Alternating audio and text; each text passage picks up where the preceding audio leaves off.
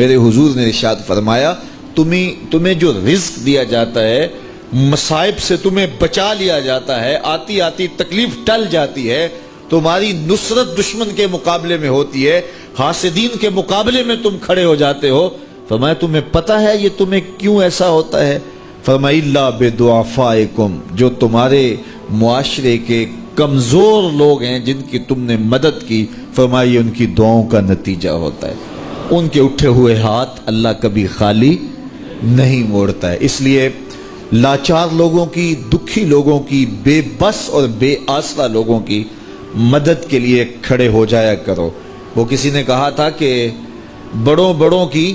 بڑی بڑی خدمتوں سے وہ سکون نہیں ملتا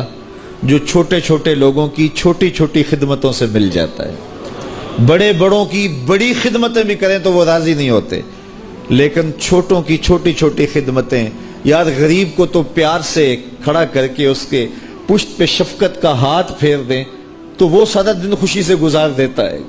کہ آج جو ہے وہ فلاں صاحب نے مجھے تکریم دی ہے، مجھے عزت دی ہے۔ تو میرے حضور نے فرمایا کہ تمہاری جو مدد ہوتی ہے اور رزق دیا جاتا ہے یہ تمہارے کمزوروں کی وجہ سے اللہ تعالیٰ تمہارے اوپر کرم فرماتا ہے۔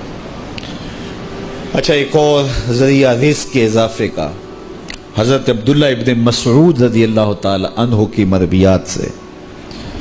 یہ حضرت عبداللہ ابن مسعود جلیل القدر صحابی ہیں، ان کے ہاں بیٹیاں ہی بیٹیاں تھیں۔ اچھا، جب ان کا آخری وقت آیا اور یہ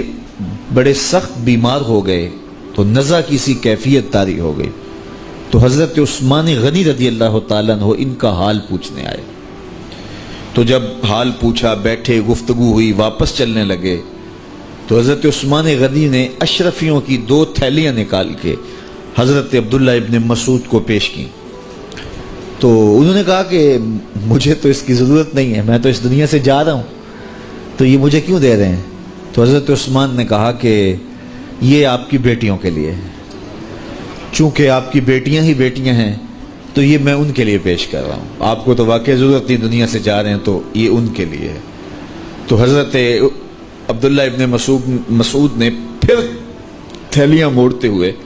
کہا کہ میری بیٹیوں کو اس کی ضرورت نہیں ہے، اس لیے کہ میرے حضور نے فرمایا تھا کہ جس کے پاس سورہ واقعہ ہو اس کو غربت تنگ نہیں کر سکتی، تو میری بیٹیاں رات کو سونے سے قبل 1 مرتبہ سورہ واقعہ ضرور پڑھتی ہیں، اس لیے تم میری بیٹیوں کے بارے پریشان نہیں ہونا، اللہ کے فضل سے انہیں غربت تنگ نہیں کرے گی، ان کے پاس سورہ واقعہ جو موجود ہے،